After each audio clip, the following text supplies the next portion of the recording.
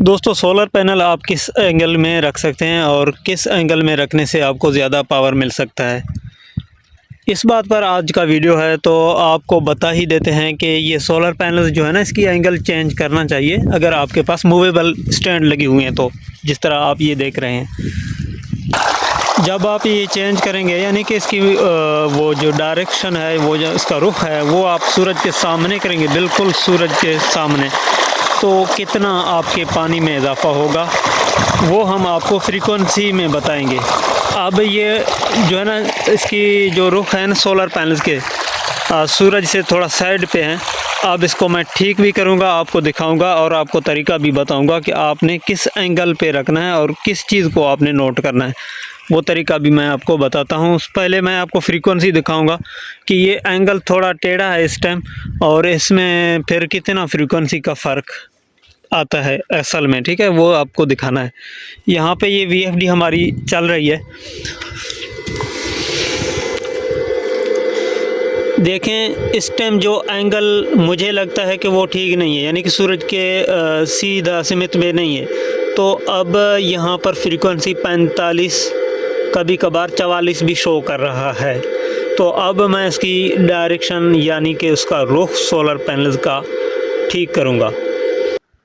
Solar panels की stand का रुख आप दो तरह मालूम कर सकते हैं। एक तरह मैं आपको यानी कि तरीका मैं आपको यहाँ पर बताता हूँ कि जब आप इस तरह इसके सामने आएंगे ना, सोलर पैनल्स की बैक साइड पे आएंगे इसको घुमाने के लिए, तो इसमें आपने इसकी साए को देखना है, जो उसमें रोशनी आती है सूरज की, बीच में ये आपकी बीच में जो गैप जा रहा है, बिल्कुल सीधा गैप, ये बीच में गैप की जो रोशनी आती है ना गैप से सूरज की, तो वो आपने घुमा के स्टैंड जो लगा हुआ ज़मीन पे यानी कि जो सेंटर है उस पे लाना है। इस तरह देखें, यहाँ पर मैं इसको घुमाता हूँ, ऐसे मैं घुमाते जाऊँगा जब तक ये जो बीच वाला रोशनी है ना गैप वाली, ये सेंटर में ना आ जाए।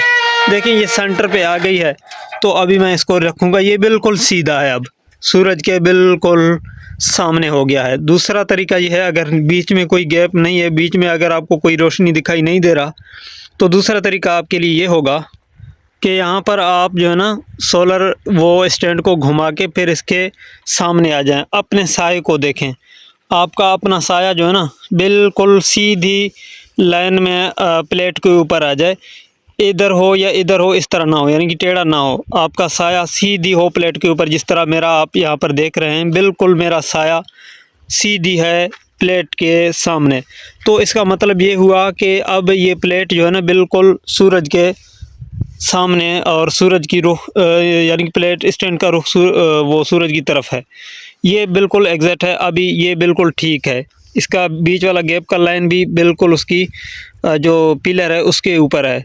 तो इस तरह जब आप घुमा के रखेंगे तो बिल्कुल ये बेहतरीन काम करेंगे। अब सारे जो फ्रेम हैं, सारे स्टैंड हैं, मैं इनको घुमा के फिर फ्रीक्वेंसी आपको दिखाता हूँ, जो कि पहले 44-45 पे चल रहे थे। फिर उसके बाद मैं आपको फ्रीक्वेंसी दिखाता हूँ।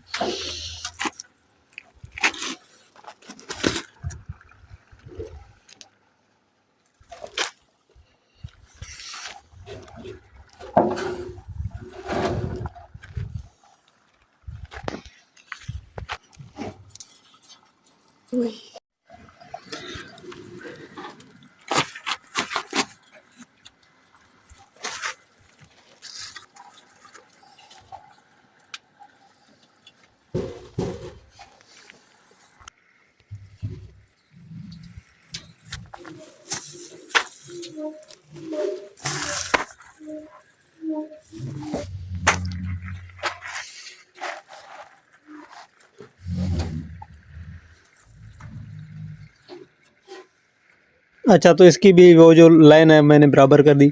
4 स्टैंड लगे हुए हैं 12-12 के, छोटे प्लेट हैं 300 वाट वाले, तो मैंने सारे सीधे कर दिए हैं।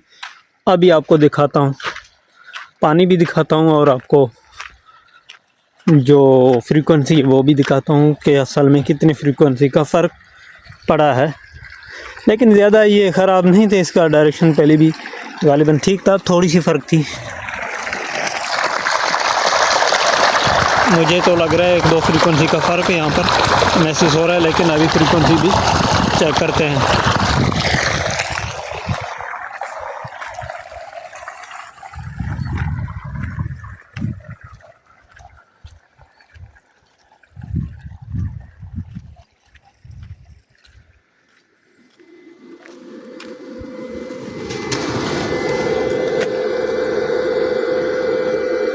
पहले जो ये चल रहा था 45 पे और कभी कभार ये शो कर रहा था 44।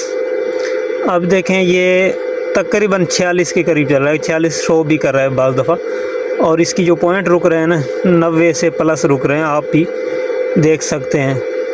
85, 84, 66, 86, 94, ये 6 को रोक दिया है।